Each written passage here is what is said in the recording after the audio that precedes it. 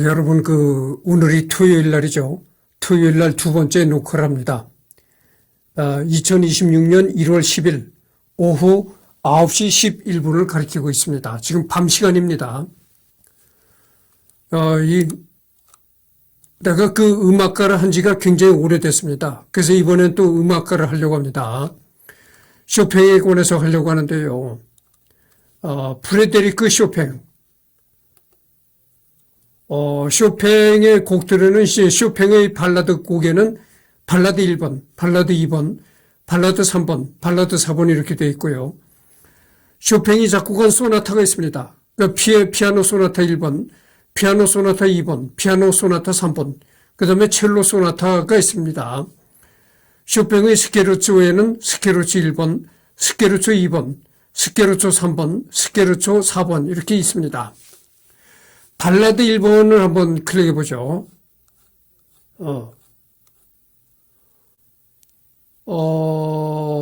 프레데리크 쇼팽의 첫 번째 발라드. 4개의 발라드 중 대중적으로 가장 큰 인기를 얻고 있는 곡이다. 주 프랑스 하노버 대사였던 슈토크하우젠 남작에게 헌정되었다.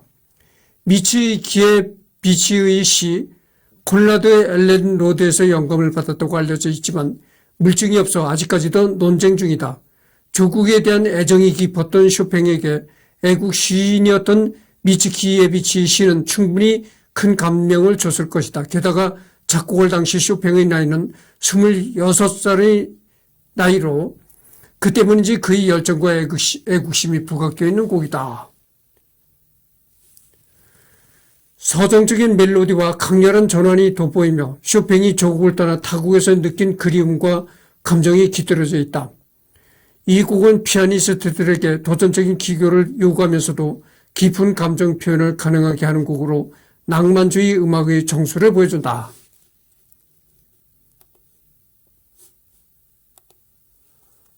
그래서 그렇고, 쇼팽의 피아노 협주곡은 피아노 협주곡 1번, 피아노 협주곡 2번이 있습니다. 그리고 쇼팽의 다른 작품에는 이제 강아지 왈츠, 마주르카, 68 넘버 4, 에디트.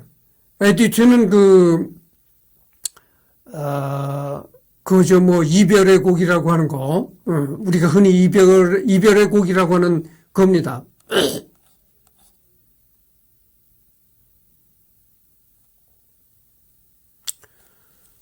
그래서 이별의 곡이 아닌가? 나도 지금 헷갈리는데요. 하여튼 넘어가도록 하겠습니다. 여러분들 말이죠. 내가 헷갈린다고 해가지고 저는 무식한 놈이니 어쩌니 이런 소리 하지 마시기 바랍니다. 사람이라는 게 완벽할 수가 없잖아요. 그리고 이 클래식 음악을 모르는 사람들은 전혀 그런 걸 못 느끼는데, 클래식 음악이라는 거는요, 엄청납니다. 클래식 음악의 깊이와 범위라는 게 엄청난 겁니다. 그래서 우리가 흔히 클래식의 바다 이렇게 얘기할 수가 있어요. 그러니까 바로 그 시대부터 현대까지 쭉 이 클래식 음악이 얼마나 많은 줄 아십니까? 그거를 다 사람이 일일이 다 할 수는 없는 거죠. 그래서 간혹가다 헷갈릴 때도 있고 그런 거죠. 그러니까 이해하시기 바랍니다. 그래서 그렇고, 에디트가 있고, 프렐류드, 그 다음에 환상 즉흥곡, 쇼팽 왈츠, 뱃노래, OP60. OP라는 건 이제 작품 남바 이런 걸 얘기를 하거든요. 작품 남바.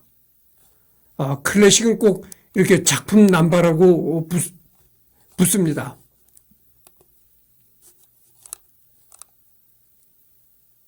작품 남바가 안 붙는 곡도 있지만 대부분 많이 붙죠. 그리고 프렐류드 녹턴. 프렐류드를 또 봅시다. 프레데리크 쇼팽의 전주곡은 OP28, 24곡, OP45, 1곡, 사후 발견되어 출판된 이 곡으로 총 27곡이다. 쇼팽이 전주곡은 에디트와 마찬가지로 순수한 전주곡이라고 보기에는 어렵다.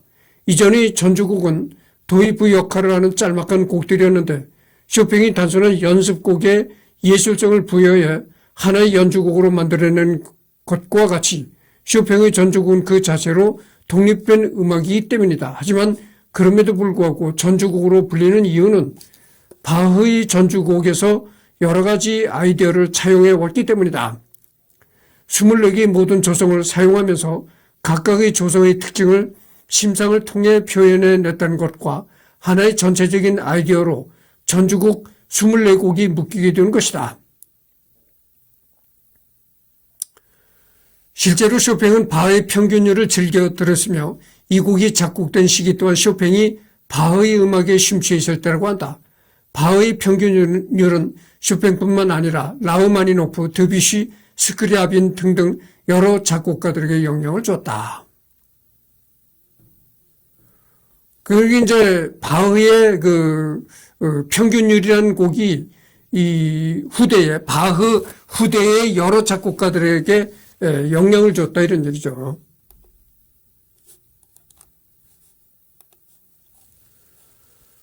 그래서 이제 서양 음악사 주요 인물들, 고대, 메소포타미아 음악, 후르리인 닌갈 찬가, 그리스 음악, 세이킬로스의 노래, 델포의 찬가 이런 게 있고요.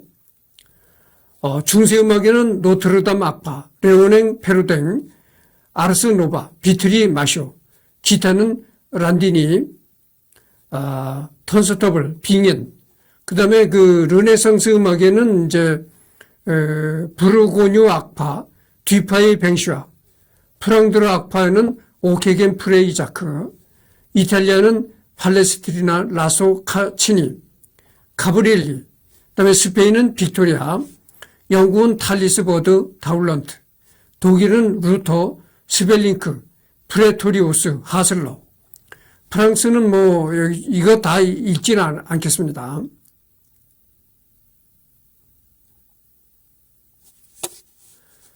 프랑스는 샤르팡티에, 쿠르팽 이렇게 되어 있습니다.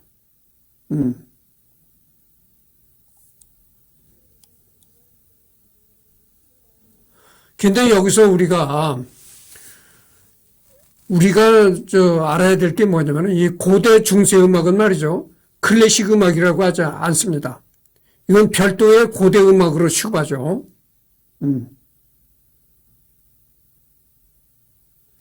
그리고 이제 중세 음악도 이제 클래식 음악으로 취급을 하는데 이 고대 그리스 음악이나 메소포타미아 음악은 클래식 음악 범주로 생각을 안 합니다. 왜냐면은 이 고대 음악은 음악적으로도 여러 가지로 미흡한 점이 많은 음악이에요. 고대 음악이라서 그렇죠. 그래서 음악적인 완성도가 갖추어진 시대부터 클래식 음악이라고 하는 거죠.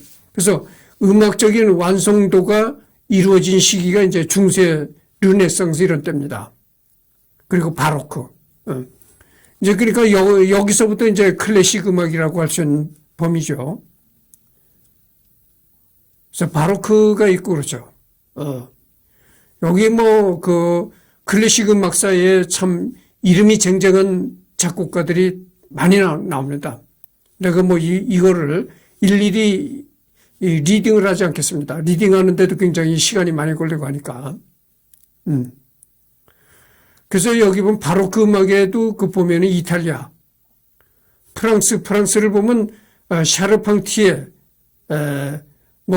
레벨,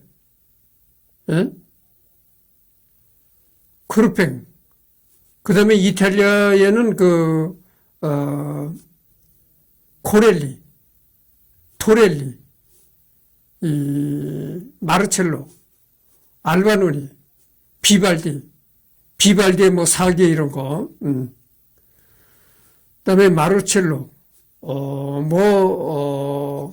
타르티니, 레오, 브로스키, 파리넬리, 페르골레지. 지금 내가 읽는 거는 전체를 다 리딩을 하는 것이 아니고요. 내가 지금 리딩하는 그 작곡가는 그 중간에서, 여기 중간에서도 비교적 많이 알려진 그런 작곡가를 내가 리딩을 하는 겁니다. 중부 유럽에서는 이제 레오폴드 1세. 레오폴드 1세가 누굽니까? 모차르트 아버지잖아요. 레오폴드 모차르트를 얘기하는 겁니다. 그러니까, 레오폴드 모차르트가, 모차르트의 아버지죠. 그러니까 레오폴드 1세, 파엘벨, 북스테우데, 아우프 슈나이터, 요제프 1세, 젤렌카, 텔레만, J.S. 바흐, 요한 세바스찬 바흐, 이렇게 나오죠. 영국은 이제 퍼셀, 핸델, 파엘벨, 이런 사람들이 있습니다. 고전주의에서는 고전주의가 또, 유명한 사람들이 많죠. 글루크, 모차르트, 스카를라티, 많습니다, 여기. 프리드리 2세. 초기 고전파에는, 트라에파, 안포시, 하이든, 바흐, 파이지엘로, 보케리니 있습니다. 후기 고전파에는 이제 모차르트, 케르비니, 베토벤, 훈멜, 이렇게 있죠. 리스, 카르카시, 이렇게 있습니다. 그 다음에 이제 낭만주의도 이제 세분돼서 볼 수가 있어요. 낭만주의도 초기 낭만파가 있고, 후기 낭만파가 있는 것이죠. 그래서 전기 낭만주의에는 이제 베버, 파가니니, 모차르트, 슈베르트, 그레인카, 이렇게 있죠. 그 다음에 독일 오스트리안 낭만주의는 멘델스존, 슈만, 이렇게 있습니다. 그 다음에 미국과 프랑스 낭만주의는 베를리오즈, 코스트, 구노, 코트샬크가 있고, 비르투오소 피아니스트에는 체르니, 메로, 쇼팽, 리스트, 참 여기 루빈슈테인, 쟁쟁한 이름들이 많이 나옵니다. 오페라에는 로시니, 마이어베어, 도니체티, 벨리니, 쟁쟁한 사람들이죠, 이 사람들. 빈 왈츠라는 건 뭡니까? 왈츠라는 건 춤곡이잖아요. 클래식 춤곡을 왈츠라고 하는 왈츠입니다. 요한 슈트라우스 1세. 요한 슈트라우스도 말이죠. 1세가 있고 2세가 있어요. 아버지 요한 슈트라우스는 1세고 아들 요한 슈트라우스가 2세입니다. 슈트라우스 7호. 이바노비치 다뉴브강의 잔물결 이런 게 있죠. 슈트라우스 3세. 그러니까 아버지, 아들, 손자까지 이제 작곡가죠. 3대를 걸쳐서 이제 작곡가 집안입니다. 독일 오스트리아 후기 낭만에는 바그너, 오페라 3대 거장이잖아요. 바그너, 베르디, 푸치니, 이게 오페라 3대 거장이잖아요. 빌로, 브람스, 브루흐. 참 쟁쟁한 이름이 여기도 많이 납니다. 브루크노, 볼프, 말로, 슈트라우스, 레고, 프루드뱅글러, 많이 나옵니다, 여기.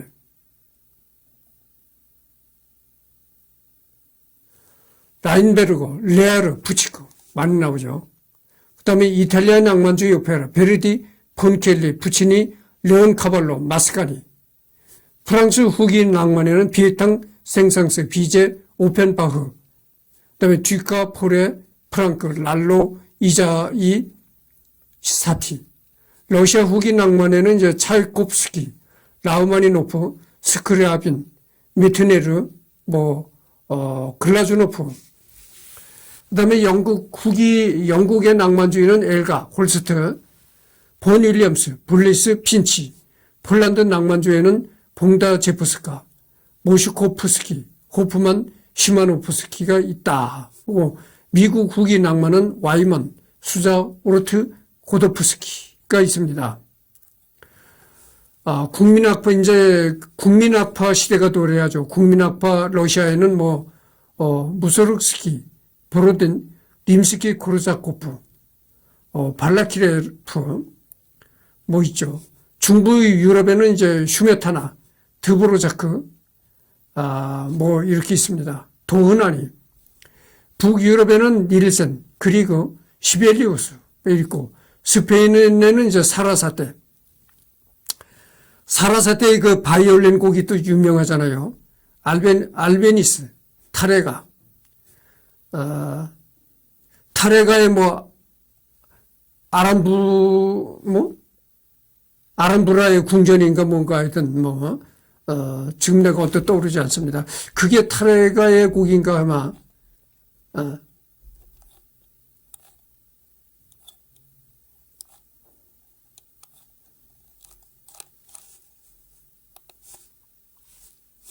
그렇죠.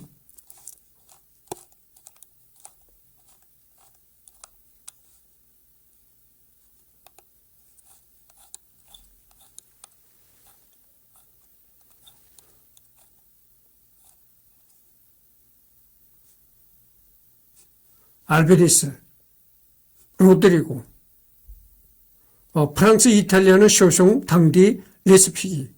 그 다음에가 이제 그 20세기 이후 음악.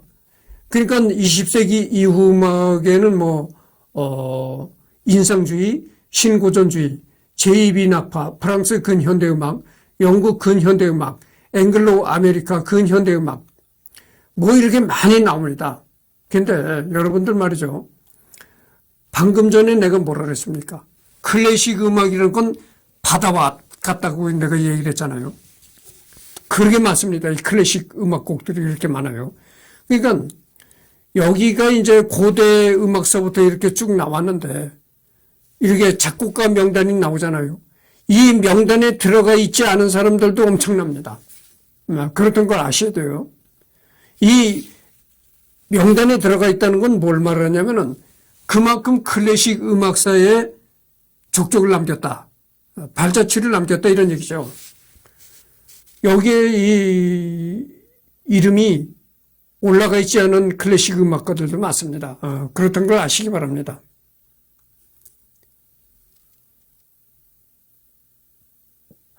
그래서 뭐, 여기 그 신고전주의에는 이제 부존이 스트라빈스키, 힌데미트, 쟁쟁하죠. 제2비 낙파에는 쇤베르크, 베베른, 베르크. 프랑스 근현대 음악에는 이제 메시앙. 메시앙을 내가 언젠가 했습니다, 내가.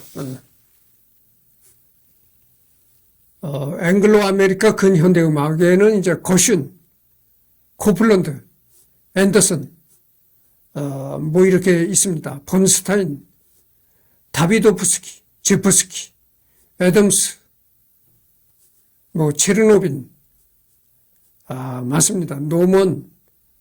그 다음에 라틴 아메리카 근현대 음악은 로사프, 폰세, 브라우어, 레코나, 망고레, 소련, 러시아 근현대 음악, 프로코피에프, 쇼스타코비치, 하차투리안, 뭐 카발레프스키, 마쇼콥스키. 그 러시아 소련 사람 이름에는 무슨 스키 이런 게 많잖아요. 무슨 예프, 스키 뭐 이런 게 많단 말이죠. 헝가리 근현대음악, 바르톡, 코다이, 리게티, 쿠르닥 뭐 이렇게 있습니다. 폴란드 현대음악에는 루토스와 푸스키, 펜데르치키, 구레치키가 있죠. 잠깐만요.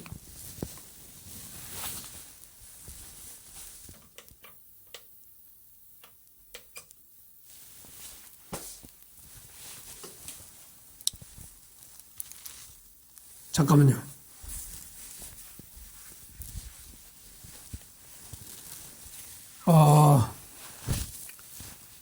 네, 폴란드 현대음악은 루토스와 푸스키, 펜데레치키, 구레치키가 있고, 독일 오스트리아 현대음악에는 이제 슈토크하우젠, 헨체, 뭐 이런 게 있고, 이탈리아 근현대음악에는 모레코네,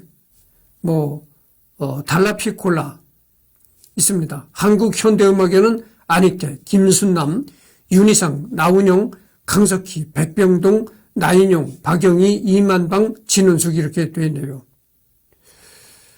안익기는 여러분들 잘 아시잖아요. 우리나라 그 애국가를 작곡한 사람이고, 김순남이라는 이 작곡가는 내가 언젠가도 내가 김순남에 관해서 얘기한 적이 있었거든요. 그때 내가 잘못 얘기한 게 있었는데, 6.25 때 월북을 했다, 이런 얘기를 했거든요. 그게 아니고, 6.25 전에 자진해서 월북한 걸로 내가 알고 있어요. 이 김순남이라는 작곡가가. 이 김순남이라는 작곡가가 이제 딸이 있는데 그 딸이 이제 성우, 유명한 성우였다. 이런 얘기를 한 적이 있습니다. 그 다음에 윤희상, 나운영. 내가 아는 구름과 음악의 계곡의 나운영,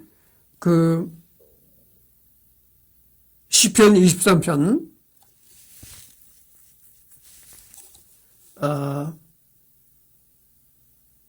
그거를 내가 올린 적이 있잖아요. 나운영이가 작곡한 곡을 올린 게 있습니다. 강석기, 백병동, 나인용, 이렇게 있고,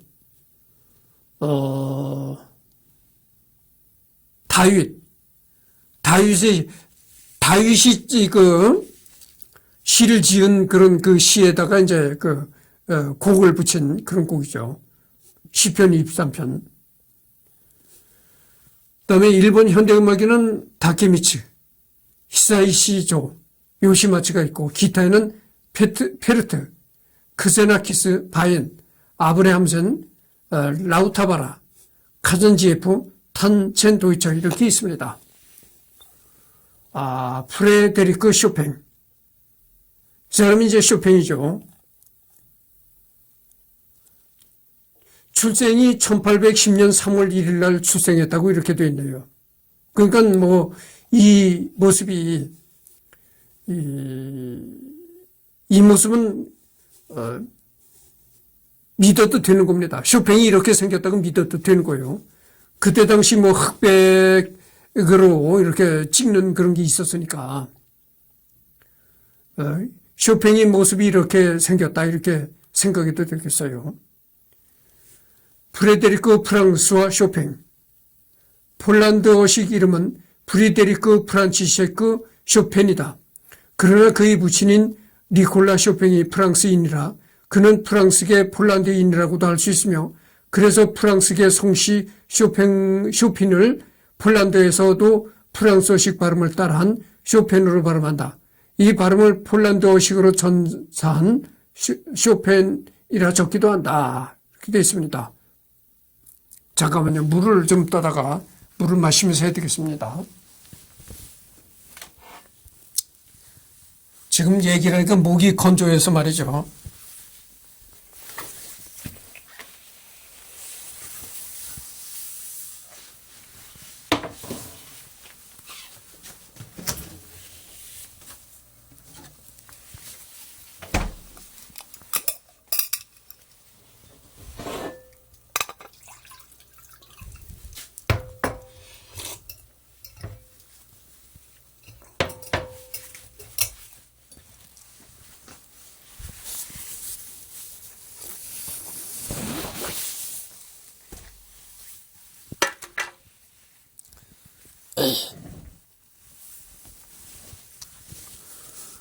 그래서 내가 방금 전에도 내가 얘기를 했지만 이 클래식 음악이라는 게 엄청납니다. 이 클래식 음악계에 들어가 보면 말이죠. 이 클래식 음악들이 참 엄청나고도 엄청납니다.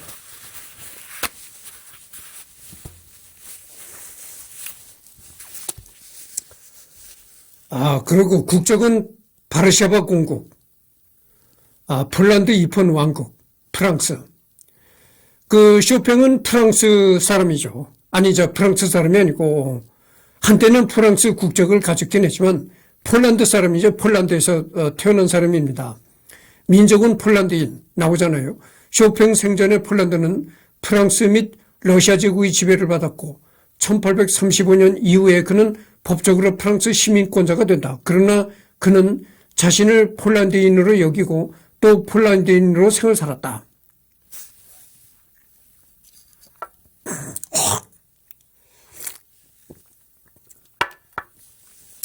이 폴란드도 말이죠. 외세의 많은 침략을 받았던 나라입니다. 그래서 여기 보면 프랑스의 지배도 받았었고, 러시아의 지배도 받았던 것이죠.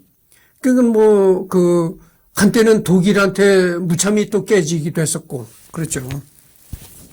그래서 폴란드도 참, 어떻게 보면 이 대한민국과 같이, 여러 가지로 고통이 많았던 나라입니다. 그래서 요즘에 폴란드가 한국 코리아 무기를 많이 사가잖아요. 아주 VIP 고객입니다. 근데 지금은 러시아에 또 위협을 느껴가지고, 그러죠. 하여튼 이 폴란드라는 나라 또 사연이 많은 나라입니다. 1810년 3월 1일에 태어났다. 바르샤바 공국 젤라조바 볼라에서 태어났다. 여기에 현재 어디냐면은 폴란드 마조비에츠키에주 젤라조바 볼라에서 태어났다. 이런 얘기입니다.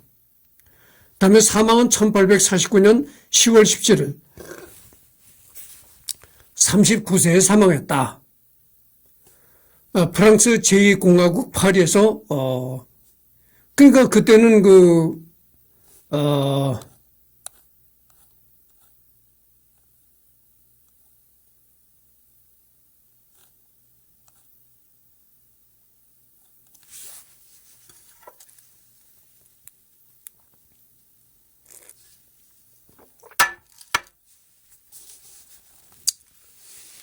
하여튼 넘어가도록 하겠습니다.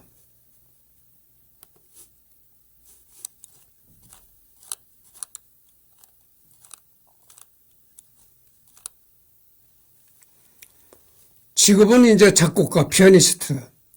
그다음에 사인은 이렇게 한다는 거죠. 그다음에 묘소는 이제 프랑스 파리 페르 라셰시 묘지, 폴란드 바르샤바 성십자가 성당.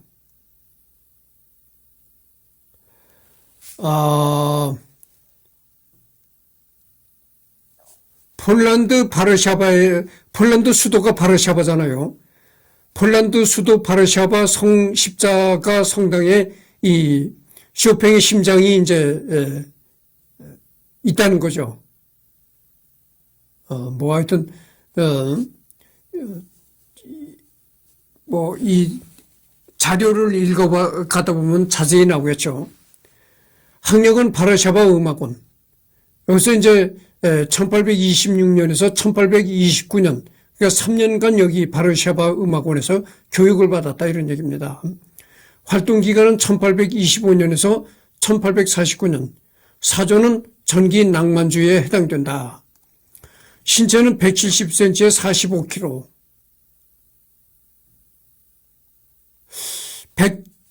키가 170cm인데 몸무게가 45kg라고 하니까 상당히 좀 이렇게 갈비씨였네요. 나도 이 약하다는 소리를 많이 듣고 자랐거든. 그래도 지금 내가 45kg가 훨씬 넘는데 45kg라면 이게 남자 몸무게로서 참 그렇잖아요, 여러분들. 키가 170cm에 45kg라면 어떻게 되겠어? 상당히 갈비시지. 참 약골이었네. 나도 약한 사람이지만 나보다도 훨씬 약한 사람이었네. 참. 그래서 내가 몸무게가 가벼운 사람이라 이런 사람을 보면 참 반가워요. 아니, 어떻게 남자 몸무게 이렇게 나가지? 종교 카톨릭. 그다음에 부모는 아버지 니콜라 쇼팽, 어머니는 테클라 유스티나 쇼팽이 있다. 이렇게 됐네요. 그다음에 배우자는 없다. 그러니까 정식 결혼은 안 했네요. 다만 조르조 상도와 9년 내외의 시간 동안 연애를 이어간 것은 유명하다. 그러니까 쇼팽은 조르주 상드라는 여자와 9년 동안 9년 동안 연애를 이어간 거, 그것뿐이 없다는 거죠. 그리고 뭐 그 여자와 결혼하는 것도 아니고. 그래서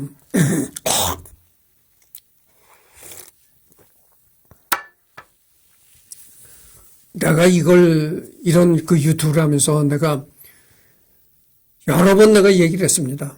외국의 말이죠. 외국의 그 예술계, 음악계라든지 뭐 미술, 뭐 문학, 이렇게 예술계는 말이죠. 결혼을 하지 않고 독신으로 살다가 세상을 떠난 사람들이 그렇게 많아요. 그리고 뭐 핸델도 독신으로 떠났죠. 그 다음에 베토벤도 그랬죠. 브람스도 그랬죠. 이 쇼팽도 독신으로 독신을 살다가 간 겁니다. 이게 이제 초상화죠. 쇼팽의 초상화. 지금 31분은 경고에는 조금 더 해야 되겠습니다. 피아노의 시인이라고도 불리는 폴란드의 작곡가, 피아니스트 독립운동가이다. 이 프로필에 서술된 쇼팽의 체격에 대해 그 근거로 인용된 기고문에 따르면 쇼팽은 혁명으로 들끓는 구 폴란드 지역을 보고 무장투쟁까지 할 생각을 했지만 부친과 지인이 이를 말리며 음악으로 독립운동을 지원하라고 했다고 한다. 실제로 그가 음악 활동을 하며 벌어들인 수익의 대부분은 폴란드 독립운동에 사용됐다. 그는 낭만주의 클래식 음악사, 특히 피아노계에서 프란츠 리스트와 함께 최고의 업적을 이룩한 작곡가이다.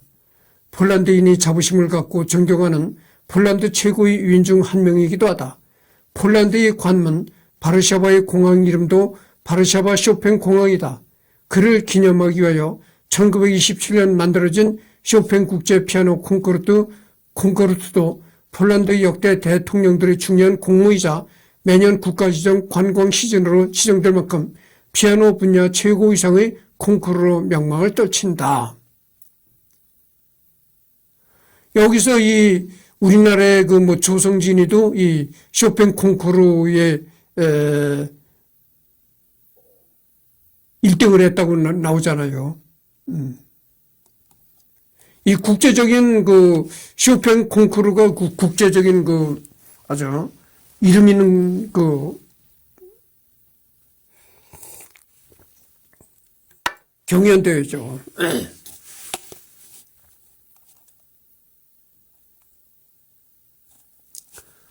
그다음에 생일.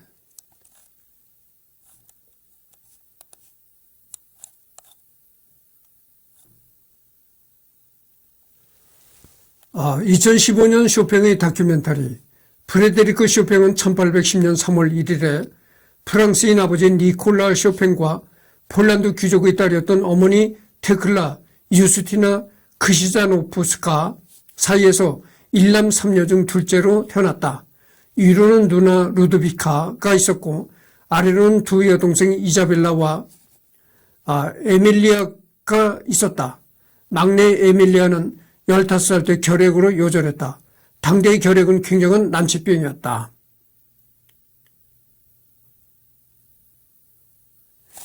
이때는 말이죠. 이때는 결핵에 걸리면은 사형 선고를 받은 겁니다. 뭐 고친다는 그런 개념이 없었어요. 쇼팽은 어릴 때부터 피아노에 재능을 보였으며 8살 때에는 폴로네이즈 두 곡을 작곡했을 정도였다. 어린 쇼팽의 재능은 바르샤바의 귀족들에게까지 알려져 그들 앞에서 공연을 하기도 했다. 쇼팽이 얼마나 연주를 잘했는지 당시 폴란드 언론이 천재는 독일이나 오스트리아에서만 태어나는 줄 알았지만 우리나라에도 드디어 천재가 태어났다라고 극찬했을 정도였다. 정식으로 피아노를 배우기 시작한 것은 1816년으로 최고의 폴란드인이었던 보이치에의 지브니라는 피아니스트에게 배우게 됐다. 지브니는 엄청난 골초에 보드카에 빠져 살았지만 쇼팽의 연주를 듣자마자 그를 의욕적으로 가르쳐 주었다. 훗날 쇼팽이 말하기를 지브니 선생님 앞이라면 노새도 천재가 될 겁니다 라고 했을 정도였다. 1818년에 아달베르트 기로베츠의 협주곡을 완벽하게 연주하는 쇼팽을 보고 지브니는 더 이상 가르칠 게 없다면서 쇼팽이 자유롭게 성장하도록 거의 손을 대지 않았다.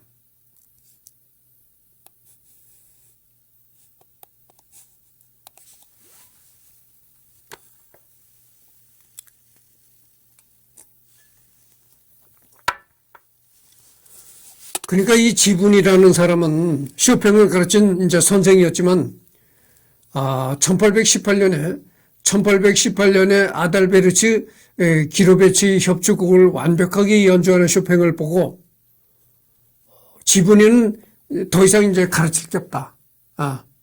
너는 이제 득도했다. 그죠. 한마디로. 도토했다. 그러니까 나로서는 더 이상 가르칠 게 없다. 이렇게 하고 이제 완전히 손을 뗐다는 거죠. 어찌됐든 그걸 보면 지분이라는 그 스승도 인간적으로 훌륭했다고 이렇게 볼 수 있겠습니다. 왜냐면은 아무리 그 제자가 뛰어나도 저놈을 내가 끝까지 내 손아귀에 넣고 있어야지. 이렇게 집착을 한단 말이죠. 저놈을 내가 끝까지 내 제자로 이렇게 삼고 살아가야지. 이렇게 집착을 할 텐데, 그러지 않고, 야, 너는 이제 도통했다. 피아노 치는 게 이제 도통했다. 내가 더 이상 너의 선생님 할 자격이 없다. 그리고 놔줬다니까. 이제 너는 너대로 이제 자유롭게 연주 활동을 하고 살아라. 이렇게 돌려보냈다니까. 이 지분이라는 선생님도 훌륭한 선생님이었다 이거죠. 집착을 하지 않았다고 하죠. 쇼팽에 관해서.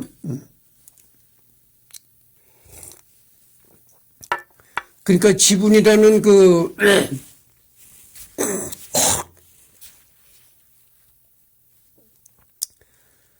지분이라는 그 선생님이 보드카 술과 담배에 엄청나게 빠져 살아가는 사람이었지만 어쨌든 인간적으로는 훌륭했다. 이렇게 볼 수가 있겠습니다. 이후 1822년에 바르샤바 음악원의 창설자인 요제프 엘스네르를 통해 본격적으로 음악을 배우게 됐고 1825년 중학생 때는 러시아 황제 앞에서 연주할 기회를 얻게 됐다. 이후 피아니스트 바질라프 빌렘 비르페를 사사하며 바르샤바 음악원을 다녔다.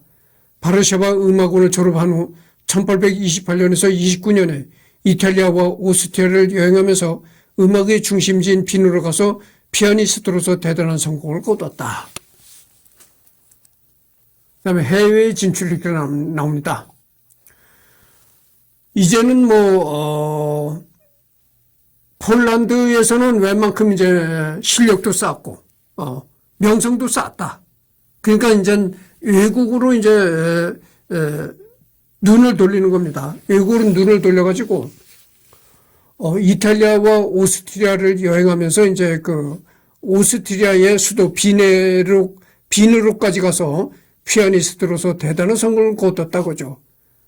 오스트리아 비는 여러 가지 유명한 음악가들이 모였던 도시잖아요. 그러니까 빈이라는 도시는 오스트리아 빈이라는 도시는 클래식 음악의 아주 본고장이었던 거죠. 지금 38분을 경과했는데요. 이것으로서 끝을 맺고 해외 진출 여기서부터 이제 다음 시간에 내일 지금은 밤이 깊었으니까 안 되고 내일 해야죠. 내일